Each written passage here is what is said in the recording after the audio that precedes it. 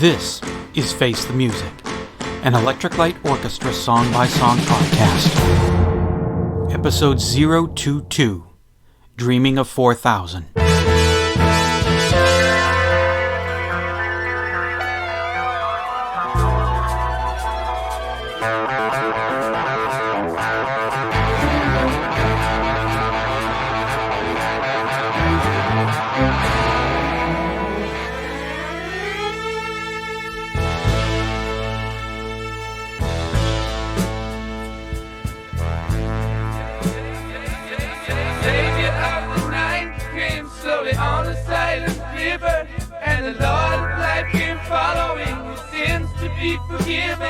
While the world sat back and laughed away the hours till the dawning of the daybreak.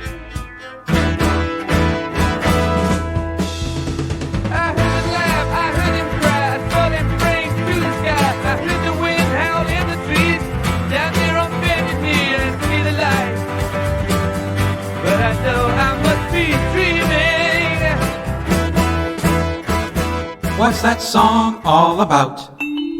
Dreaming of 4000 is the next to last song on the third day. And just like the song before it, Ma Ma Ma Bell, it features Mark Bolan joining Jeff Lynne on guitar. It is listed on the label of the UK version of the album as I'm Only Dreaming, and ended up being listed as that on the cassette version as well. It also shows up as a bonus track on the 2006 reissue of the album as Mambo, which is Dreaming of 4000, Take 1. The lyrics on it are kind of strange and don't seem to have much meaning. However, digging into dream interpretation, dreaming of the number 4000 can mean a desire for a balanced life. And in some ways, the lyrics do reflect that yearning and the fear that life might be coming too late. The song was sampled by the Diplomats on their song Santana's Town Part 2, and also by a band called Frontline on a song called Hold 'Em. That was in 2005 and 2006, respectively. The song was also used as the B-side on the US version of their single Don't Bring Me Down in 1979. And like a number of the other songs we have reviewed, it was used in the movie Ecstasy in Blue in 1976. It was a dream come true. I'm Eric Paul Johnson. And I'm Eric Winsenson. And, I mean, when I first heard it, 1984, November, is kind of, And that feeling's kind of stuck with me. I kind of like it. I don't hate it, but I'm not crazy about it. Honestly, I always forget that it even exists. I do like the guitar intro that plays from time to time through it. I think that really kicks ass. I like the end, where things are getting serious and the music's building up and that part, but the rest, I'm kind of, The weird thing about it, to me, is it doesn't sound like an E.L.O. song. I mean, it's got Jeff Lynne and his production and his voice, Richard Tandy doing his synthesizering with his synthesizing style. It's two cellos and a violin. It has everything that makes an E.L.O. song, but to me, it doesn't sound very E.L.O.y. Well, that is true. It doesn't really sound like E.L.O. too much at all. It sounds like... I can't really say what it sounds like. It doesn't really compare to any other progressive band or a band that I would be thinking of at the time.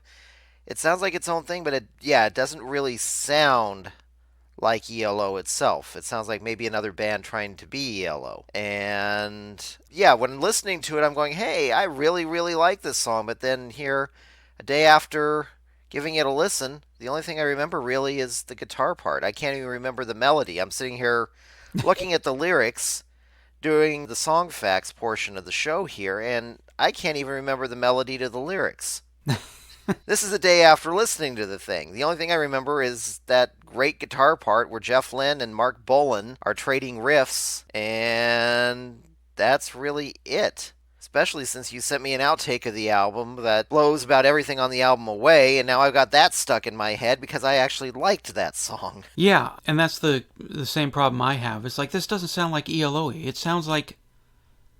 And I can't quite peg down who it sounds like, or if it sounds like anybody, or what. Yeah, Everybody's Born to Die. I like that one much better than I like this. I kind of wish it was switched around, where this one got the axe and sat unheard for 30-ish years and wound up on a special edition remaster, and that Everyone's Born to Die was the track that took its place on the established album, because I like that one much better than I like Dreaming of 4000, and I wonder why it wasn't on there. When did Mark Bolan die? Mark Bolan died not too, maybe, I'm going to have to look it up, but I think it was, don't quote me, but I think it was 75. You are wrong, and I would have been wrong too, because I thought maybe it was around the time that this album came out, which would explain why, if one of his friends died that played on this song, he might be kind of iffy about putting a song on there that says Everyone's Born to Die. But according to the internets, he died on September 16th, 1977. Okay, so I was a couple years off. Yeah, I thought it was like I 73. thought he passed away earlier than that. Sad to see him go because Mark Bolan was really an innovator in a lot of ways. Actually, while we were talking, I just remembered what band the song reminded me of, and what it sounded like they're trying to imitate. And it's a band, I don't know, some of the older E.L.O. fans are probably going to recognize them. It's a band called Bebop Deluxe. I've never heard of them. They were contemporaries with E.L.O. Similar in some ways, no strings or anything in Bebop Deluxe, but basically you had one major band leader who was a virtuoso in things in his style, which was Bill Nelson. He was a great guitar player, and he often did kind of sci-fi themes, and the melody on it, it's just popped back to my head here. The melody on Dreaming of 4000 sounds not like an E.L.O. melody, but like a Bebop Deluxe melody, where it was more of a rapid-fire delivery in a lot of cases. If that was what they were trying to do, is try to sound a little bit like them, because they were an up-and-coming band at the time. Actually, come to think of it, yeah. In fact, I'm trying to remember. I think Bebop Deluxe's first album didn't come out until about a year later, to tell you the truth. Oh. So, but still, they were on the touring circuit in England at the time, so that might have been something that Jeff Lynne may have heard, too.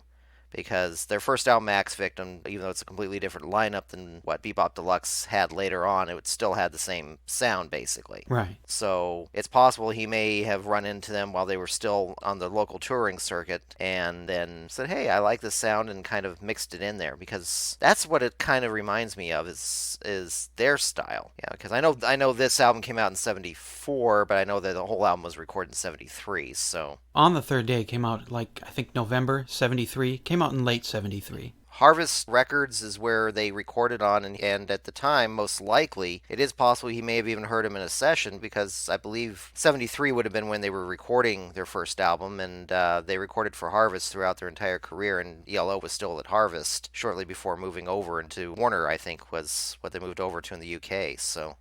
Yeah, On the Third Day was their first Warner Brothers album, so they would have still been with Harvest at least for a good chunk of the year. But E.L.O. fans, yeah, if you're looking for something extra that you would really like, try out Bebop Deluxe. They're not going to sound like E.L.O., but they're going to sound like a band you really, really like, especially if you do also like T-Rex and Mark Bolan and all that.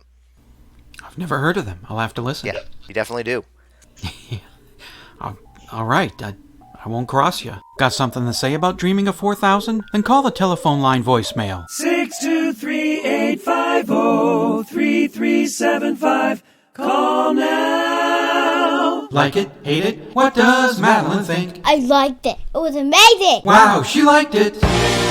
Face the Music, an Electric Light Orchestra song-by-song podcast, is a production of Radio Trolla Entertainment Assorted Deli Meats Amalgamated. Contact us by voicemail at 623-850-3375 or email us at eloftmpodcast@gmail.com. Keep up to date on the show by joining our Facebook group. You can financially support the podcast by going to podomatic.com/podcasts/LNTCS and click on the PayPal button. Next week, episode 023, In the Hall of the Mountain King.